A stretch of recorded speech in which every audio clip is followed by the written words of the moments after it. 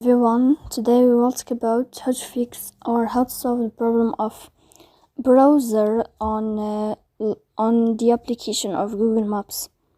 To know how to fix or how to solve browser on the application of Google Maps, you will click on Settings.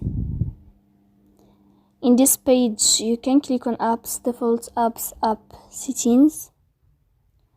When above, you can search about Maps or Google Maps.